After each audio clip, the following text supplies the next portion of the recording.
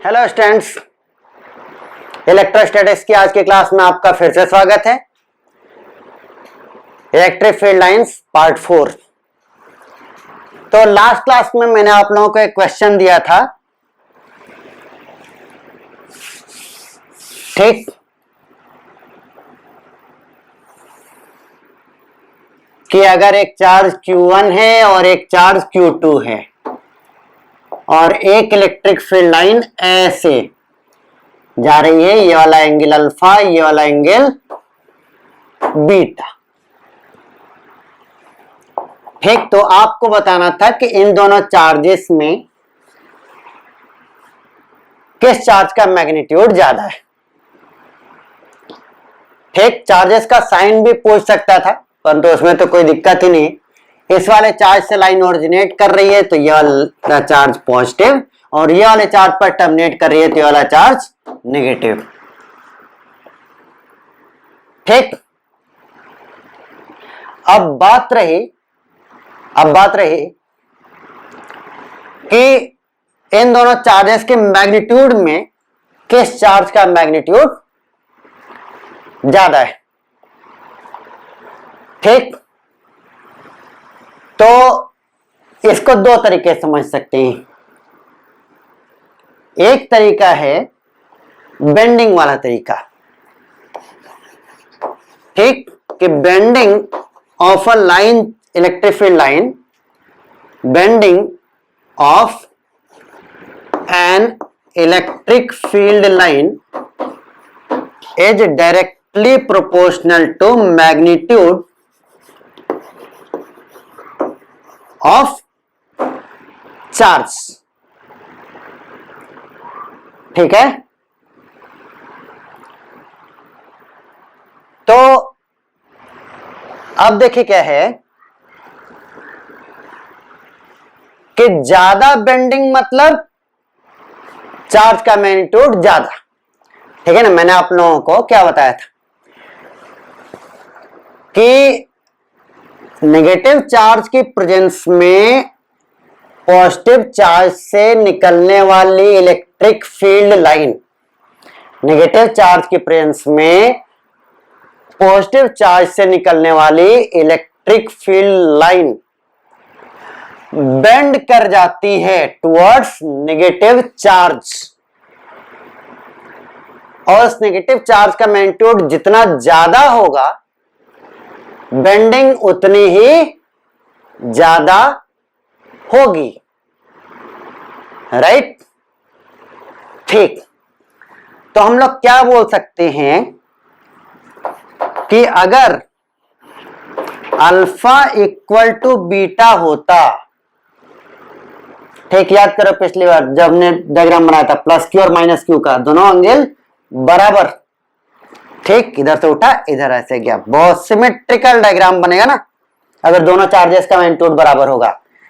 तो magnitude of Q1 magnitude of Q1 Q2 के बराबर होगा। परंतु अगर अल्फा ग्रेटर देन बीटा हो गया, यानी ये वाला एंगल कम हो गया, यानी बेंडिंग ज्यादा हो गया, ठीक।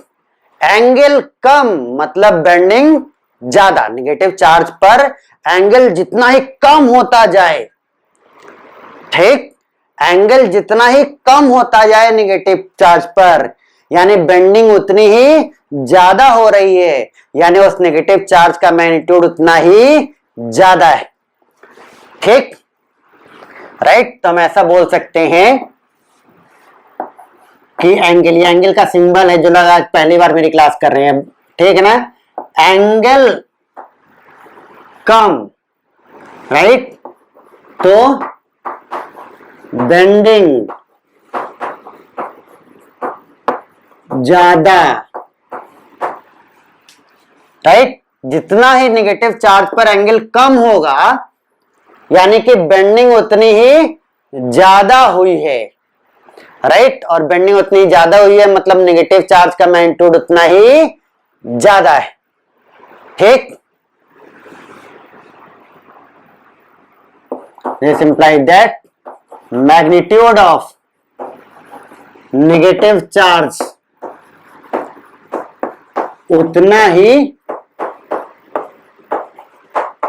ज्यादा,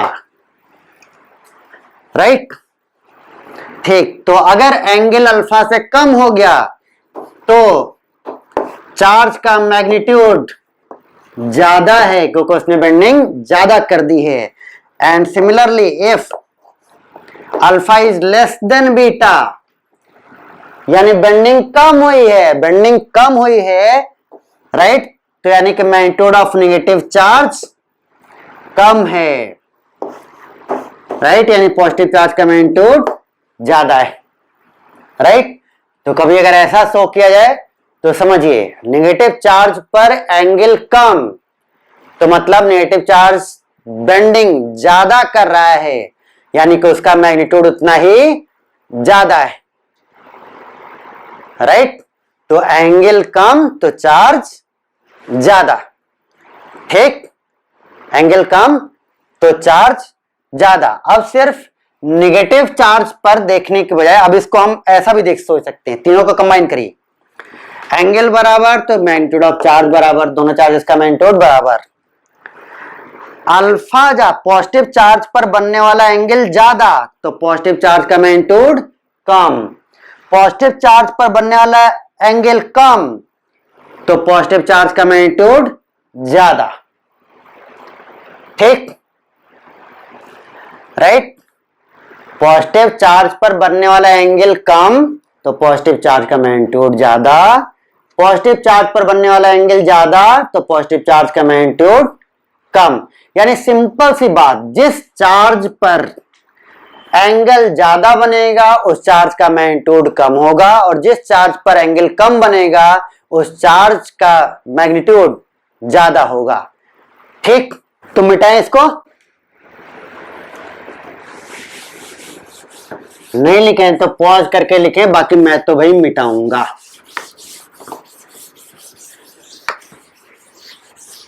ठीक।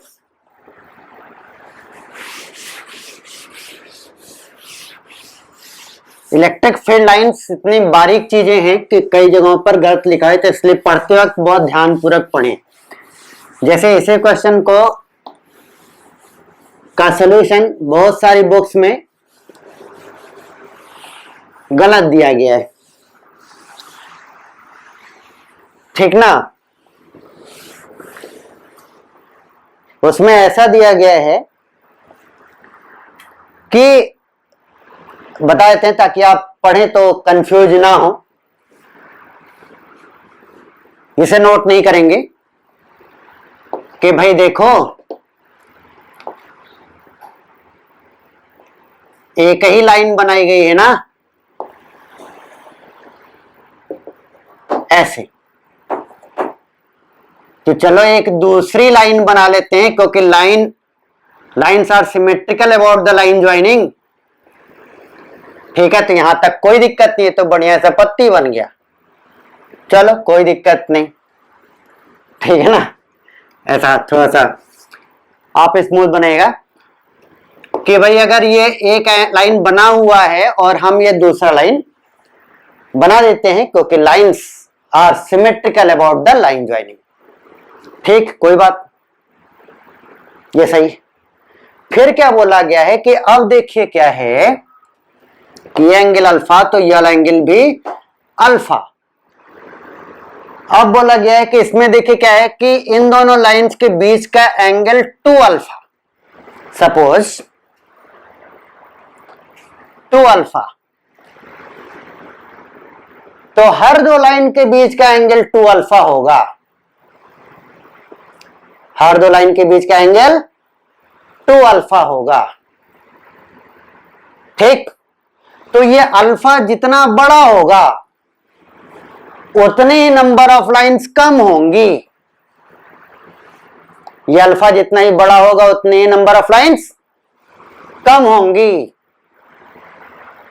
तो चार्ज का मैग्नीट्यूड उतना ही कम होगा, ठीक। फॉर एग्जाम्पल क्या दिया गया है कई सारे बुक्स में कि सपोज हम 90 डिग्रीज पर एंगल लाइंस निकालते हैं। तो एक लाइन ये हो गई, एक लाइन ये हो गई, एक लाइन ये हो गई, 4 लाइन निकली। 90 डिग्रीज की जगह अगर हम 45 डिग्रीज पर लाइंस निकालने लगे, 45 डिग्रीज पर लाइंस निकालने लगे, तो एक लाइन ये हो जाएगी, एक लाइन 45 डिग्री पर ऐसे, फिर 45 पर ऐसे, फिर 45 पर ऐसे, फिर 45 पर ऐसे, फिर 45 पर ऐसे, फिर 45 पर ऐसे, फिर 45 पर ऐसे। नंबर से लाइंस बढ़ गई ना। हर दो लाइन के बीच में एंगल 90, तो 4 लाइनें। हर दो लाइन के बीच में एंगल 45, तो कितनी लाइनें? 8 लाइनें। यानी दो लाइंस के बीच में एंगल्स, कंसेक्यूटिव दो लाइंस के बीच का एंगल अगर हम घटा देंगे तो नंबर ऑफ लाइंस बढ़ जाएंगी। तो यानी कि चार्ज का मैग्नीट्यूड बढ़ गया है। तो अब यह दिखा दिया गया है कि चूंकि ये वाला एंगल बड़ा है तो इस चार्ज से कम लाइनें निकल रही होंगी, और ये एंगल छोटा है तो इस चार्ज पर ज्यादा लाइनें टर्मिनेट हो रही होंगी। तो कम लाइनें मतलब कम चार्ज, ज्यादा लाइनें मतलब ज्यादा चार्ज। इसमें गलती कहां? सोचो, पॉज करके सोच लो, फिर कोई बेवकूफ ना बना पाए। राइट, ठीक। इसमें गलती क्या है कि भाई आपको सिर्फ एक लाइन दी गई थी, बाकी लाइंस तो नहीं दी गई थी। राइट, लॉजिक में गलती। आंसर सही आ गया है, बाकी लाइंस तो नहीं दी गई थी ना। तो हो सकता है कि एक और लाइन ऐसे गई, एक और लाइन ऐसे गई। ठीक, तो अब भी आप लॉजिक लगा के वहां पे पहुंच सकते हैं, लेकिन डायरेक्टली ये कह देना कि इसकी जो सिमेट्रिकल लाइन होगी about line joining two charges, इन दोनों लाइनों के बीच में जो एंगल बनेगा वो दो कॉन्सिक्यूटिव इलेक्ट्रिक फील्ड लाइंस के बीच का एंगल होगा, और वो डिसाइड करेगा कि कितनी लाइंस निकली होंगी। ये गलत, ठीक, लॉजिकली ये गलत हो गया। राइट, तो ऐसा वाहियात सॉल्यूशन कोई नहीं पढ़ेगा। ठीक, थैंक यू।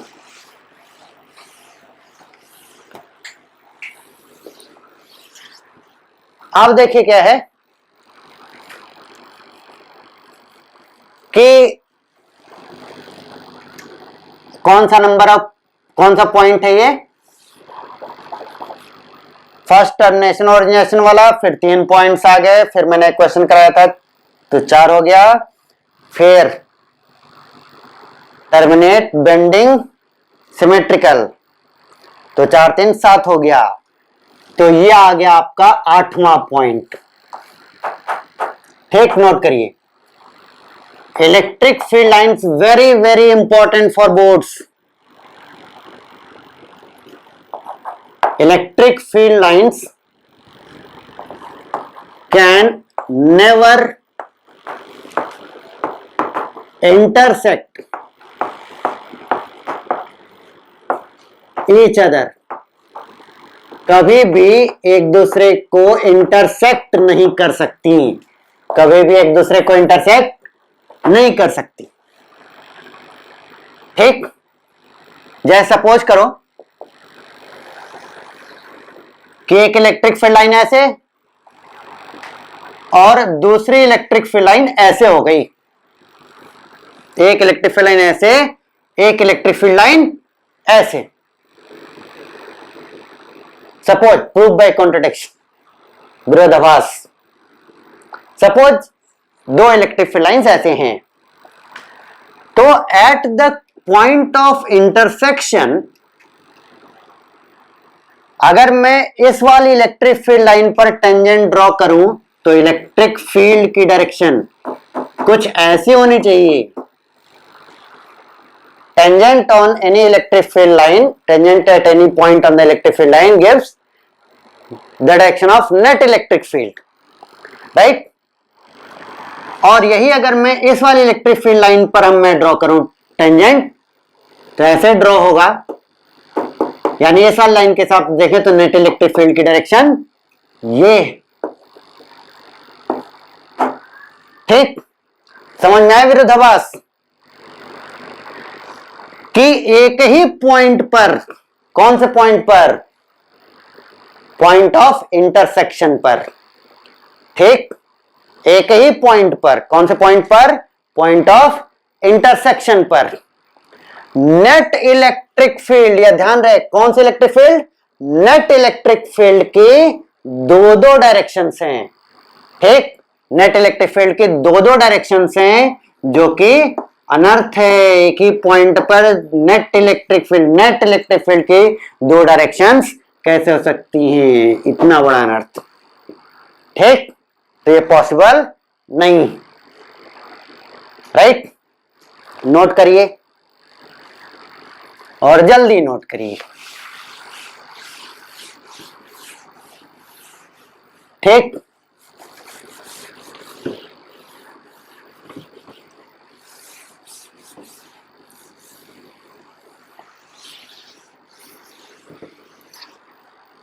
अब देखो बच्चों क्या है, तो अब चलते हैं पॉइंट नंबर 9 पर, ठीक। 9th पॉइंट,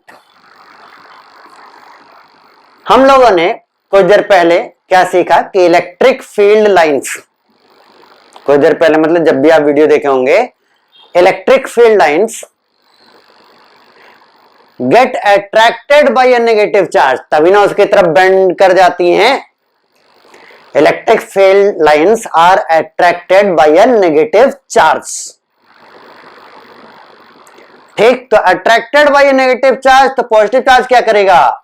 रिपेल करेगा, ठीक। तो negative charge electric field lines को अट्रैक्ट करता है और positive charge electric field lines को रिपेल करता है, राइट? तो लिख लीजिए, electric field lines are attracted की जगह repelled by positive charge, repelled by positive charge, ठीक, रिपेल करता है। इसको भी पहले की तरह हम लोग फिर से एक एग्जांपल में बनाएंगे और फिर दिखाएंगे आप। तो चलिए, और ये सब ना आप ये मत समझिएगा कि केवल समझाने के लिए हम कर रहे हैं, इसका यूज क्या होगा स्कूल में ना, सब्जेक्टिव में सीधा बनाने को आता है, ठीक। अभी कुछ देर पहले हम लोग क्या बना रहे थे?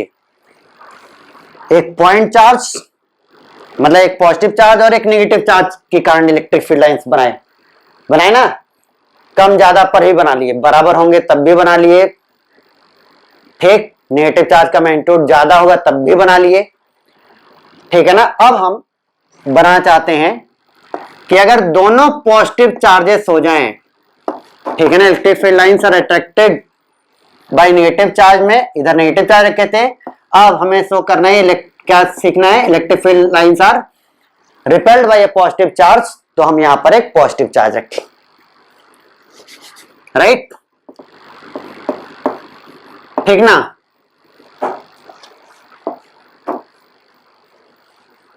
तो ये डायरेक्टली बनाने को भी आता है, इसलिए इसे कॉपी में सुंदर सुंदर बनाए,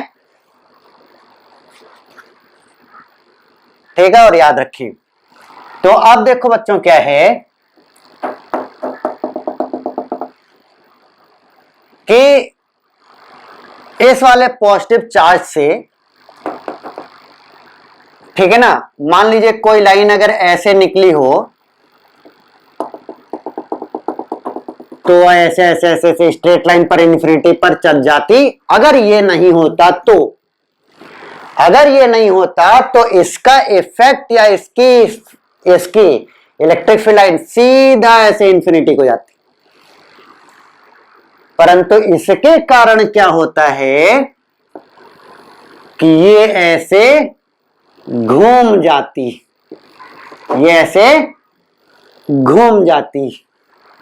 राइट। अगर ये नहीं होता तो ये स्ट्रेट ऐसे जाती, इसके कारण ये ऐसे घूम गई, राइट। इसी तरह से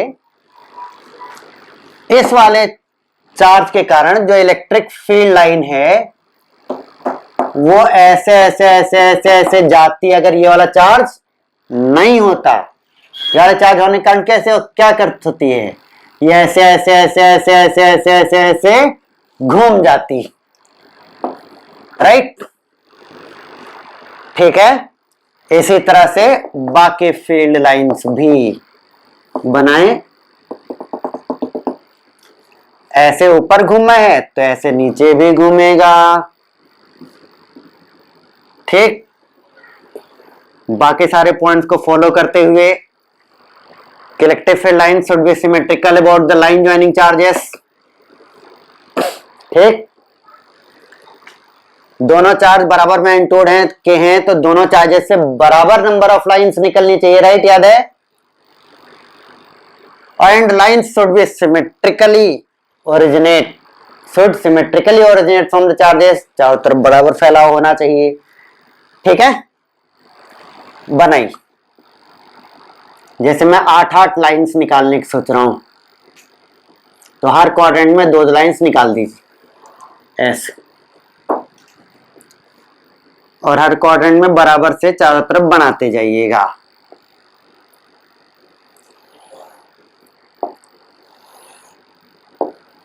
ऐसे बनाते जाओ मेरे साथ, नहीं तो बाद में सिर्फ ये चित्र फूल फूल नजर आएगा।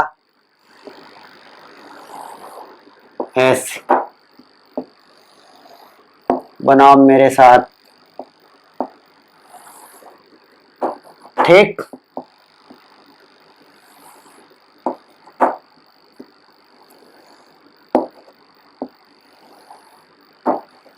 राइट, ठीक है, लग रहा है ना सुंदर, है कि नहीं। ऐसा बोर्ड किसी और सब्जेक्ट में बनता है, केमिस्ट्री मैथ में, सुंदर सा, राइट, ठीक। अब देखो बच्चों क्या है कि जैसे एग्जाम में ये भी क्वेश्चन आता है स्कूल के एग्जाम में कि ये दोनों लाइंस इलेक्ट्रिक फील्ड लाइंस जो हैं इस पॉजिटिव चार्ज कारण ऐसे क्यों घूम गई हैं, ऐसे क्यों घूम गई हैं, राइट। तो रीजन बहुत सारे हो सकते हैं, ठीक है ना। एकदम बेसिक वाले सोच लीजिए, ऐसे सोच लीजिए, वैसे सोच लीजिए, उससे कोई फर्क नहीं पड़ता, ठीक। बोर्ड वालों को क्या सुनना है या स्कूल वालों को क्या सुनना है कि अगर ये ऐसे नहीं घूमेंगी तो एक दूसरे को काट देंगी, अगर ये लाइंस ऐसे नहीं घूमेंगी तो एक दूसरे को काट देंगी। और ये आंसर सुनकर लोग बहुत प्रसन्न हो जाते हैं और पूरे फुल मार्क्स देते हैं, राइट। तो रट लो कि जब भी इसका रीजन पूछा जाएगा कि 2 पॉजिटिव चार्जेस रख देने पर लाइंस ऐसे घूम के जाती हैं, तो ये बोलना है कि अगर वो नहीं घूमेंगे तो एक दूसरे को काट देंगी, which is not possible, right, which is not possible, right, ठीक। नोट कर लीजिए।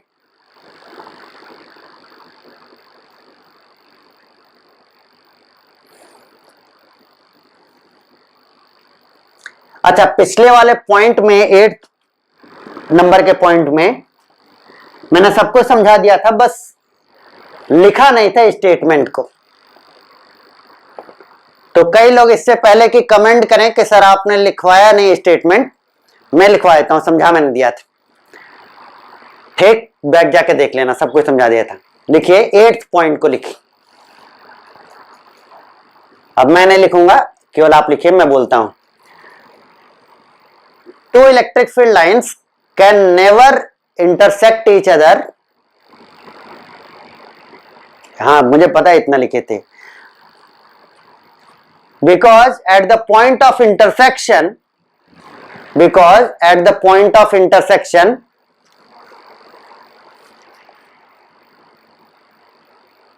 there will be 2 directions of net electric field, underline करिएगा, there will be 2 directions of net electric field which is not possible, right? Which is not possible. ठीक, note कर लिया इसे आपने, मिटाए।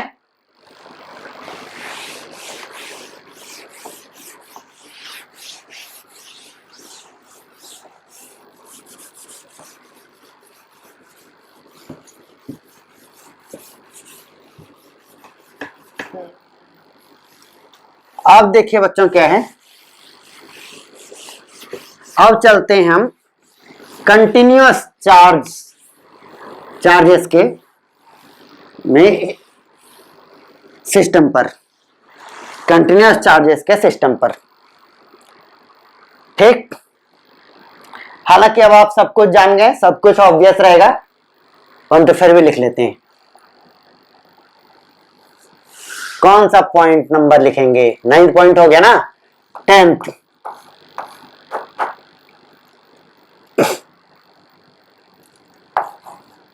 लिखते हैं, सब समझ में आएगा। Parallel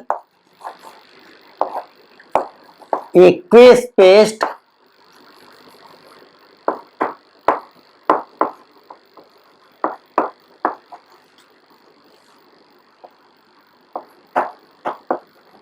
straight lines, straight electric field lines represent uniform or constant electric field, uniform or constant electric field, right? है ना ऑब्वियस भाई। Density of, relative density of electric field lines gives us the relative magnitude of electric field.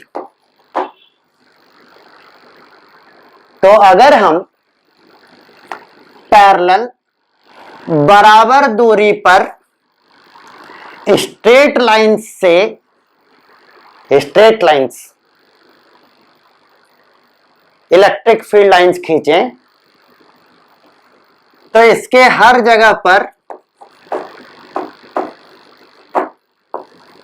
Electric field lines की density यानी relative closeness of line same रहेगी। तो हर point पर electric field भी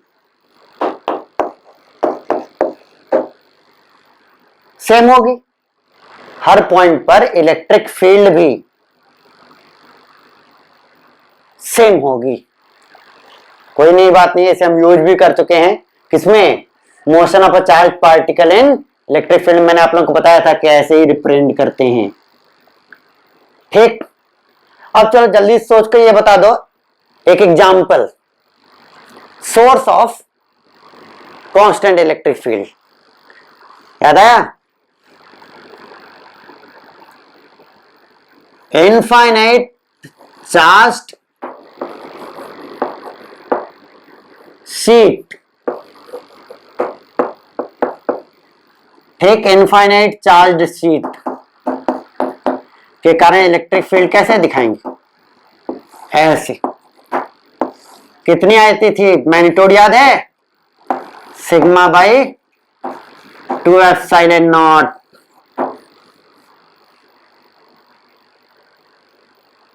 ठीक, नहीं देखें तो देखिए जाके। अगर ये पैरेलल इक्विस्पेस्ड लाइंस ना हो करके ऐसी लाइंस हों,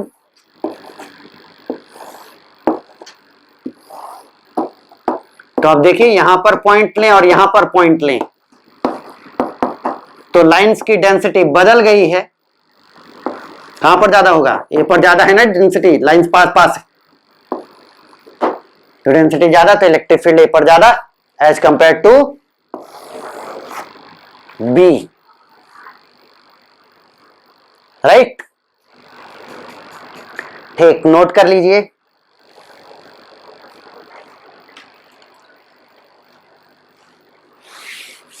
अब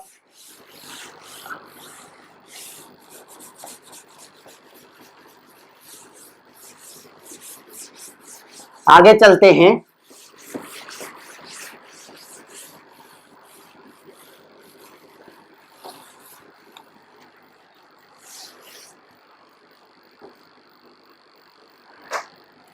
अगला पॉइंट पर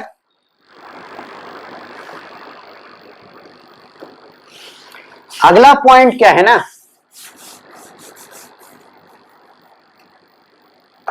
टेंथ था ना तो 11th।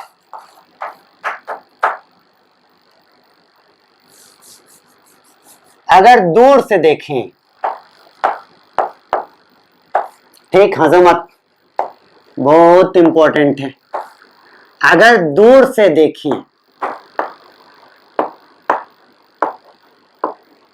ठीक है ना, हर पॉइंट इंपॉर्टेंट है भाई।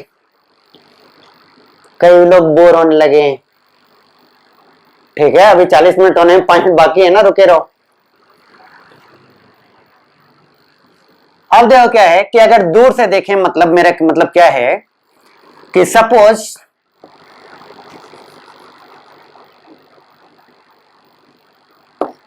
यहां पर हमने रखा +2 कूलम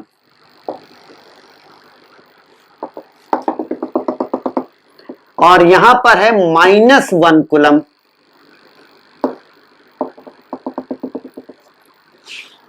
राइट। तो चलिए इलेक्ट्रिक फील्ड लाइंस बनाते हैं। याद है मैंने एक बार क्वेश्चन पूछा था कि ऐसा कोई एग्जांपल दीजिए जिसमें पॉजिटिव चार्ज से निकले हुए सारी की सारी लाइंस नेगेटिव चार्ज पर ना टर्मिनेट हो रही हूं। आंसर क्या दिया था आप लोगों ने कि सर पॉजिटिव चार्ज का मैग्नीट्यूड ज्यादा कर दिए, तो लीजिए वो एग्जांपल ले ली, ठीक। तो चलिए एग्जांपल ले लेते। अब देखो बच्चों क्या है कि अब अगर मैं 1 कूलम वाले चार्ज पर 4 लाइनें टर्मिनेट करता हूं, तो चारों क्वाड्रेंट से 4 लाइन निकाल दीजिए। इसमें कितनी लाइनें, हर एक क्वाड्रेंट में 2 लाइन्स,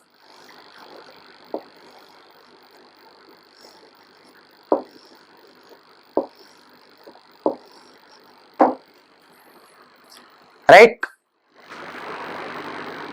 अब देखो क्या है, इलेक्ट्रिक फील्ड लाइंस बनाओ।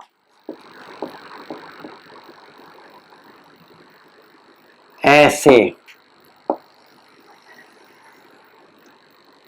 ऐसे ऐसे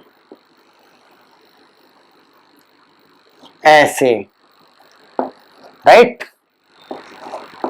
चलिए ये वाला केस नहीं आया था ना, उस बार हम लोगों ने क्या बनाया था कि भाई पॉजिटिव चार्ज कम है, नेगेटिव चार्ज ज्यादा है, तो पॉजिटिव चार्ज से कम लाइंस तो नेगेटिव चार्ज पर जाके क्या ओरिजिनेट, ठीक। तो हमने पॉजिटिव चार्ज के बराबर नेगेटिव चार्ज को रखा था, पॉजिटिव चार्ज से ज्यादा नेगेटिव चार्ज को रखा था, याद है ना दोस्तों पिछले वीडियो में, ठीक।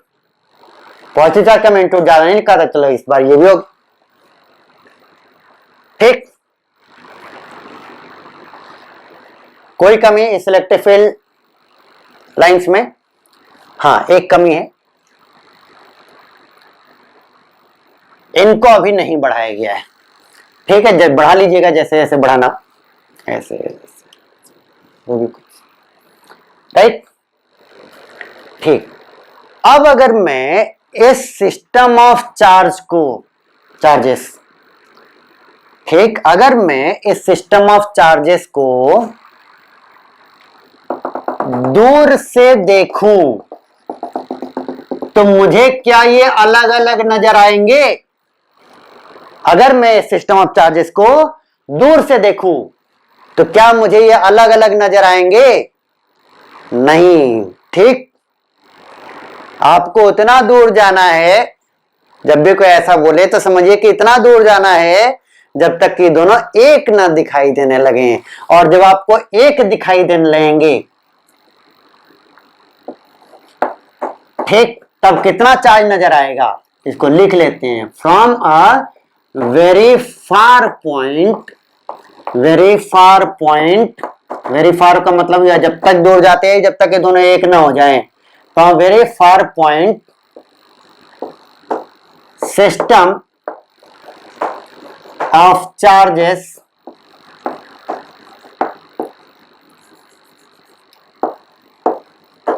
will look like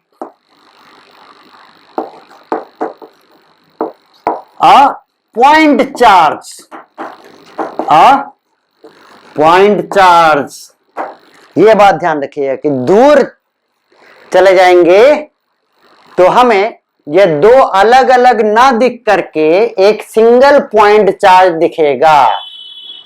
अब ये मत बोलना सर यहां से देख रहे हैं तो हमें दो ही दिख रहा है, ठीक है ना। अगर कोई ऐसा बोले इलेक्ट्रोस्टैटिक्स में या ऐसे सिचुएशन में तो उसके कहने का मतलब होता है कि उतने ही दूर चले जाओ जब तक कि दोनों एक चार्ज ना दिखाई देने लगे,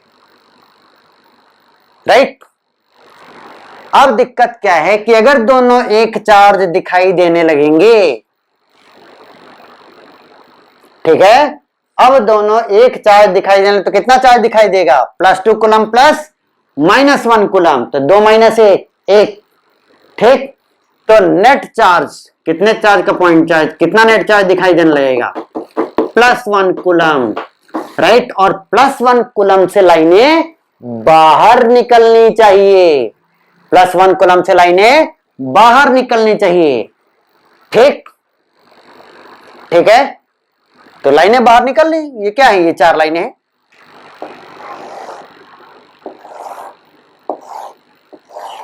प्रॉपरली नहीं बनाया मैंने, बस बढ़ा दिया है ताकि आपको समझ में आए कि 4 लाइनें निकल रही, ठीक।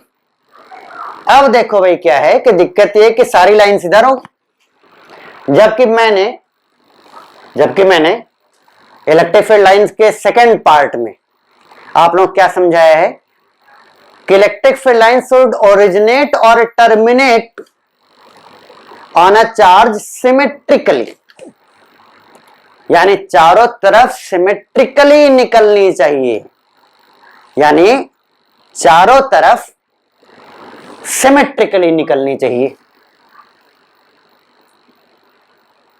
क्लियर है बात, ठीक ना। तो चारों के चारों इधर निकल जाएंगे तो ये गलत हो जाएगा, तो ऐसा नहीं होगा। तो क्या होगा, जैसे देखो बच्चों, ये दोनों लाइंस ऐसे निकल गई, ठीक है, कहीं जाएंगे ऐसे, और ये लाइंस क्या करेंगी, ये लाइंस ऐसे घूमेंगी और ऐसे कहीं निकलेंगी, ठीक। ये वाली लाइन ऐसे कहीं ऐसे घूम के ऐसे निकलेगी, ठीक हो गई ना। 2 लाइन इधर,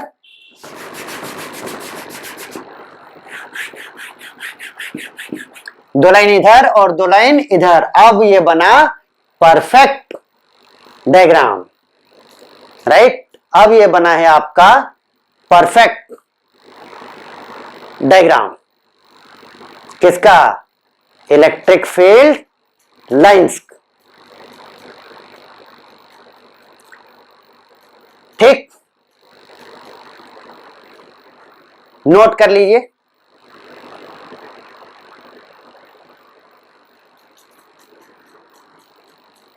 नेक्स्ट क्लास में हम लोग देखेंगे, नेक्स्ट क्लास में हम लोग देखेंगे आपका electric field lines on a conductor और IIT JEE में आए हुए पूछे हुए क्वेश्चंस को कराएंगे, ठीक। पिछले 20 सालों में आए हुए क्वेश्चन को, उससे पहले आए भी नहीं है, ठीक। तो अपने काम के 5 क्वेश्चंस आए हुए हैं, ठीक। अपने काम के 5 क्वेश्चंस आए हुए हैं, तो इसको हम लोग नेक्स्ट क्लास में करेंगे। Thank you.